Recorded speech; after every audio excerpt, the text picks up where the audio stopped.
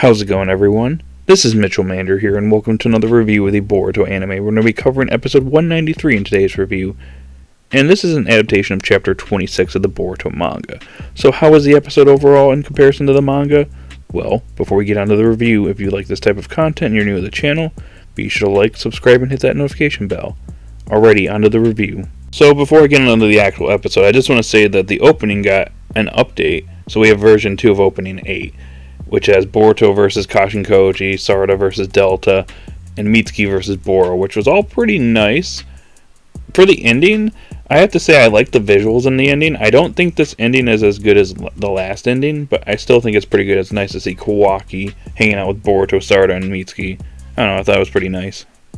So the episode begins where last week's episode ended off at, with Kawaki waking up in the hospital, greeted by Naruto, Shikamaru, and Konohamaru, which Naruto tells Kawaki that, yeah, this is a safe place and there's nothing to worry about, which Kawaki isn't exactly too fond of those words because Jigen told him the exact same thing, and look what happened to him. So Kawaki understandably tries to escape, but is stopped by Shikamaru's shadow paralysis jutsu, and they're like, yeah, if we would have actually done something to you, it would have been done already, and you'd probably be dead already.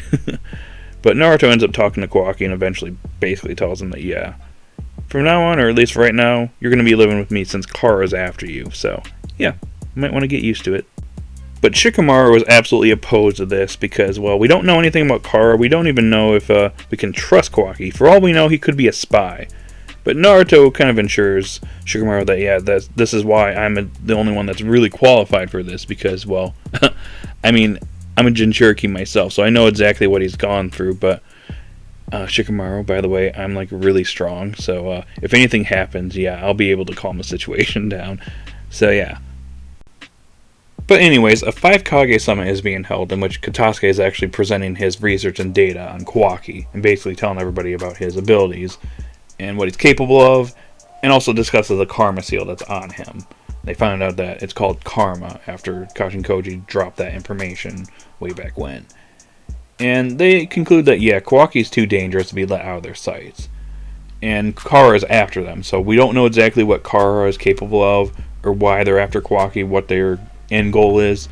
But for the time being, Naruto is going to be watching over Kawaki, and he's going to be doing it with a shadow clone while the real Naruto is at the Hokage office doing his Hokage duties.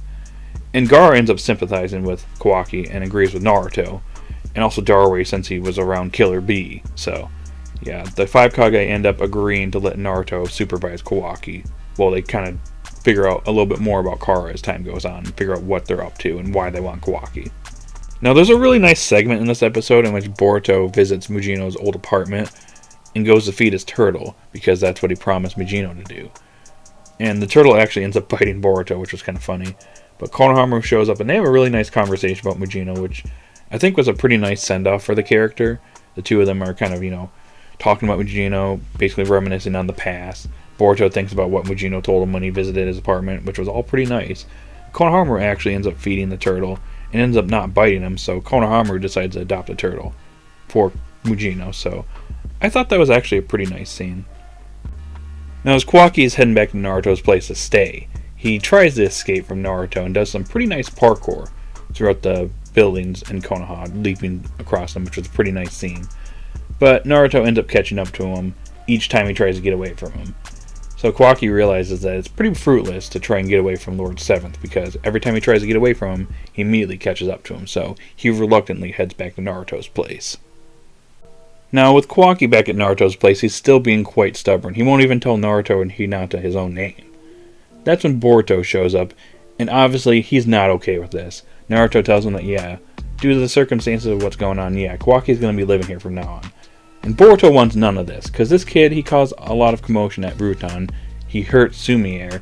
He escaped from the lab, so he's caused all these problems. Boruto is not okay with Kawaki being here. So Naruto actually has to take Boruto out and basically have a talk with him. Basically tell him that, yeah, Kawaki's just like me. All my life I was alone up until I actually found my friends. If it wasn't for that, I probably would have ended up just like him. So I don't want you to be like one of those people that is actually shunning him, just like the people that used to shun me back when I was a kid. So try to be a little understanding, Boruto. So Boruto goes to apologize to Kawaki. Even though he doesn't exactly trust Kawaki, he doesn't want to think of him as a bad person, but Kawaki ends up punching the ground and flips over the table, breaking Himawari's vase that she made for Hinata's birthday. And Kawaki over here is like, do you think I'm here because I want to? Himawari goes over, checks out the vase, and starts crying, and this obviously sets Boruto off. He grabs Kawaki and basically tells him, you know what you just did? Himawari made that vase for my mom's birthday, and you broke it. What are you going to say? And Kawaki actually tells him, yeah, it's not intentional. And you see Naruto's face here, and he actually realizes that maybe there is, some redemption for Kawaki here. Maybe there's some hope for this kid. But anyways, Boruto starts to walk away, and that's when Kawaki actually tells him his name. Boruto does the same and calls him a freeloader, and that's pretty much where the episode comes to an end. Now, this might be a bit of a controversial thing for me to say, because I've been praising the anime up to this point. But I will say, I feel like the manga version of the events going on in this episode, which is chapter 26, I think is slightly better than the anime version. But don't get me wrong, there are some things I do like that the anime did here. I like the fact that Mujino got some focus in this episode. I really like that turtle scene. It was very small, but it was really nice and a nice send-off for his character. Now we know that Konohamaru is taking care of that turtle now. Maybe that's where he's been all this time in the manga, taking care of that turtle.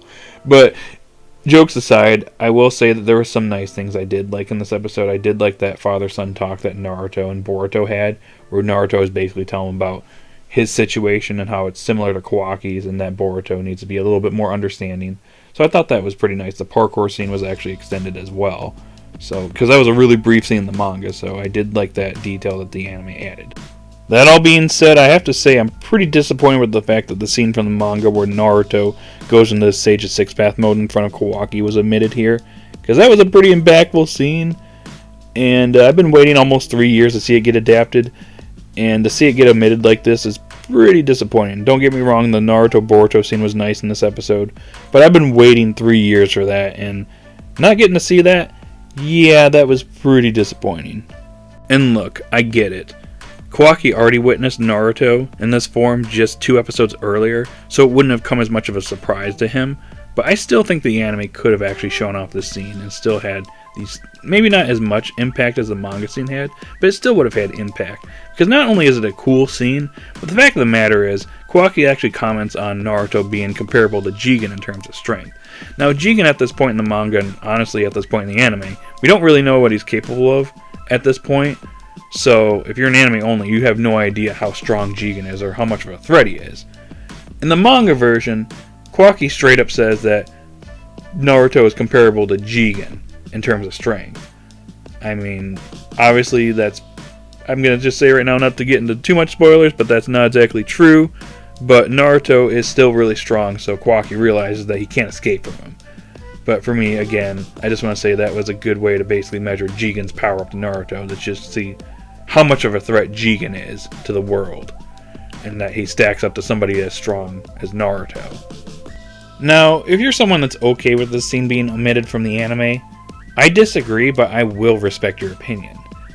That being said, there are people that are not okay with this scene, and from what I understand, they are going and complaining to the writers, they're going to people that are involved with the Boruto series, and they are complaining, they're harassing, and in some cases I heard are threatening people involved with the series.